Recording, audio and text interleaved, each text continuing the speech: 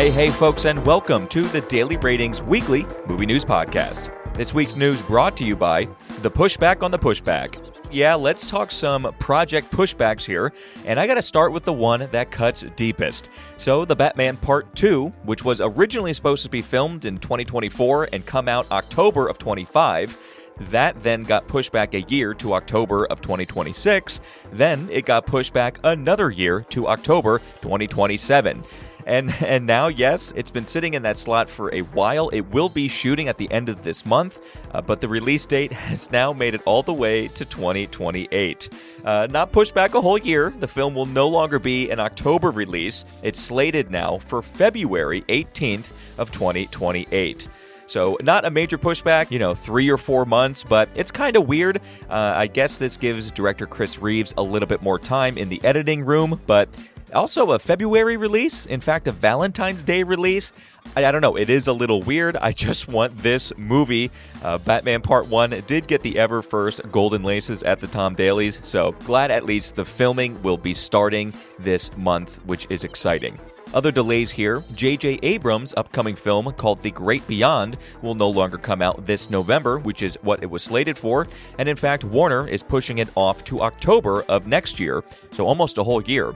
But the news here actually seems positive, so the test screenings apparently are going well for the film, so Warner wants a larger 70mm IMAX release of the movie. This now requires more editing and developing, so JJ's The Great Beyond now takes what was the previous Batman Part 2 slot. So that's what's happening there.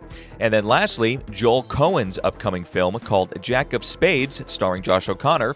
It didn't have a release date or anything, but there were some pretty good rumors that the 1880s period piece would be coming out this year, since the filming has been done for quite some time.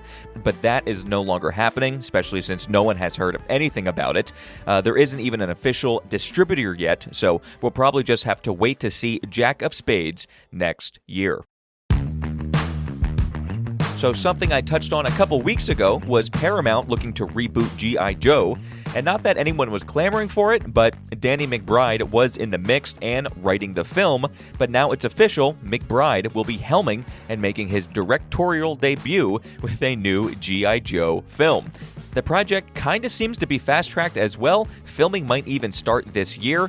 And then talk about an upgrade, Chris Hemsworth was in talks to star in the film, but now it appears that Bradley Cooper will be stepping in and starring in the movie. So again, did we need this reboot? No, but who knows? McBride can be great, and so can Bradley Cooper. Now, with The Odyssey coming out this week, Matt Damon is all over the place, and in an interview, he kind of gave an update on another Bourne film. So Edward Berger is still slated to direct the film, but it's been a little quiet lately.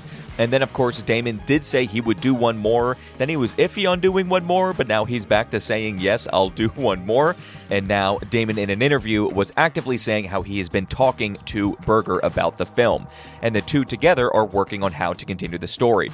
So Damon said, quote, "We're trying to nail the story down because I'd love to do it. And if we do it, we want it to be like the first three. It's not built like a James Bond where every movie it's on its own mission. So I hope we can crack it. I think we have a line of sight on it on how to do it." End quote. So how long we have to wait, who knows, but certainly sounds like Bourne will continue with Damon, and it's good to hear that they're taking it seriously. Matt Damon, by the way, has also said that Oceans 14 is still absolutely a go. The difficult part right now is literally just getting the cast scheduling down because there are so many stars in it. And other than that, Sydney Sweeney will be starring in a retelling of Sleepy Hollow. The film is called Hollow and will be directed by the same person who wrote the book, Lindsay Anderson Beer. And actor Colman Domingo is in talks to co-write a live-action Princess Tiana movie over at Disney. It, of course, will be inspired by The Princess and the Frog, and the other co-writer is Tony-nominated director Robert O'Hara. And then other than that, the Paramount-Warner deal has been paused, by the way, by a judge after multiple states filed a suit, which we covered a couple weeks ago, so we'll see where that goes in the coming weeks. But with that, let's head on over to the box office for this past weekend. The fifth highest-grossing film was Evil Dead Burn. That made $5 million. Fourth was Toy Story 5, making $14.8 million. And in fact, Minions and Monsters also made $14.8 million, so they're both fourth or third, however you want to look at it. Moana, the live action, made $19 million. Again, just that movie did not produce what they were hoping for.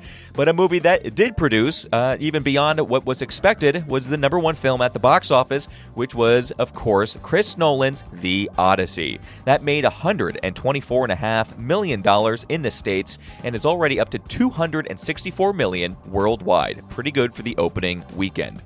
Coming up this Thursday, Vincent Daly will be watching, rating, and reviewing. It's a huge week here, everybody. It's Christopher Nolan week. So we're covering Memento from 2000, Inception from 2010, then Tenet from 2020, and the big boy, the new release, The Odyssey. So very excited to talk about these movies with you all. But that's it for your weekly movie news here. We'll leave you today with a quote from a director, Joel Cohen. And when you see it the first time you put the film together, the roughest cut is when you want to go home and open up your veins and get in a warm tub and just go away. And then, gradually, maybe, it works its way back, somewhere towards the spot where you were at before. And all right, folks, the Daily Ratings Weekly Movie News Podcast, that was it. See you on Thursday.